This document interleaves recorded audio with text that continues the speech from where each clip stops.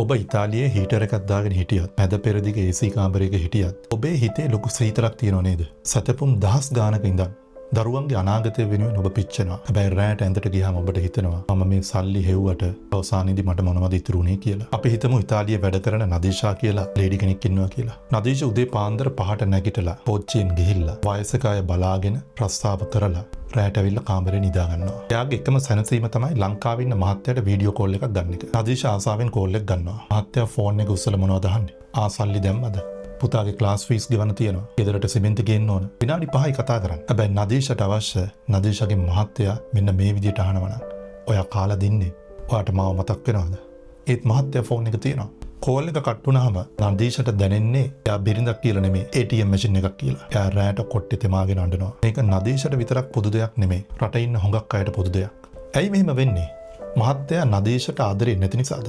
ගොඩක් වෙලාවට නැහැ. මෙතන තියෙන්නේ දුරස්ථභාවය නිසා ඇතිවන ෆන්ක්ෂනල් රිලේෂන්ෂිප් කියන තත්වය. සාමාන්‍ය යුවලක් භෞතිකව ඇත් වුණාම පිරිමි පාර්ශවය වැඩිපුරම එයාගේ අරමුණු වලට අවධානය යොමු කරනවා. එයා හිතන්නේ බිරිඳ රට ගිය ගයක් හදන්න. ඒක නිසා මම ඒක හරියට කරන්න ඕන කියලා එයා හිතනවා. එයා ආදරේ පෙන්වන්න හදන්නේ ඒ වගකීම ඉෂ්ට කළා. මේල් සයිකොලොජි එහෙම වුණාට ෆීමේල් සයිකොලොජි එක සම්පූර්ණයෙන්ම වෙනස්. කාන්තාවකට වගකීම් වලට වඩා වටින්නේ ඉන්ටිමසි. එහෙම නැත්නම් සමීපත භාව. ඒ කියන්නේ ඔබට අවශ්‍ය වචන, බැල්ම, අහගෙන සිටීම අන්න ඒ වගේ දේවල්. මෙන්න මේ අතර තියෙන පරතරය නිසා තමයි ඉමෝෂනල් අයිසොලේෂන්. එහෙම නැත්නම් භාවාත්මකව හැඟීම් වශයෙන් තියෙන වෙනස්කම දක්නට ලැබේ. මේ නිසා ඔබ මානසික ආතතියට ඒ විතරක් නෙමේ විෂාදය කියන රෝගී තත්වයන්ට පවා පත් වෙන්න පුළුවන්. ඒ වගේම මේ පවුල අතර ඇතිවන අනවශ්‍ය සැක සහ ප්‍රශ්න මේ කමියුනිකේෂන් ગેප් එක නිසා සංනිවේදනයේ තියෙන දුර්වලකම නිසා ඇති වෙන්න පුළුවන්. එහෙනම් කොහොමද ඔබ මේ දුර පරදවලා ආදරේ දිනන්නේ? මම ඔබට ක්‍රම 3ක් කියලා දෙනවා. පළවෙනි එක විනාඩි 10 නීතිය. ඊළඟ පාර මහත්තයා ඔයාට කතා කරාම පළවෙනි විනාඩි 10 ඇතුළත සල්ලි, ළමයි, ගෙවල් ගැන ප්‍රශ්න කතා කරන එක නතර කරන්න කියන්න.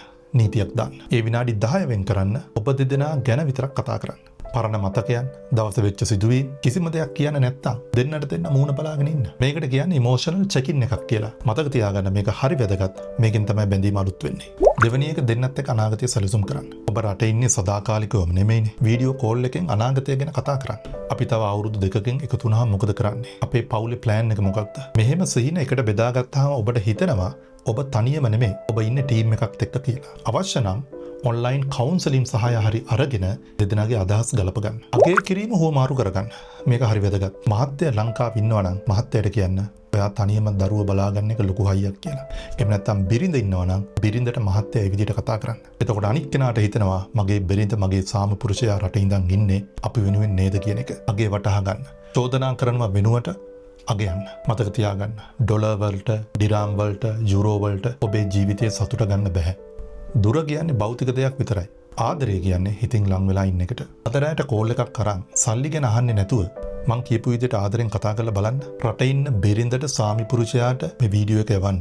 වීඩියෝ එක යටින් අනිවාර්යයෙන්ම ලියන්න. මම ඔයාගේ මහන්සිය දන්නවා. මම ඔයාට ගොඩක් ස්තුති වෙනවා කියලා.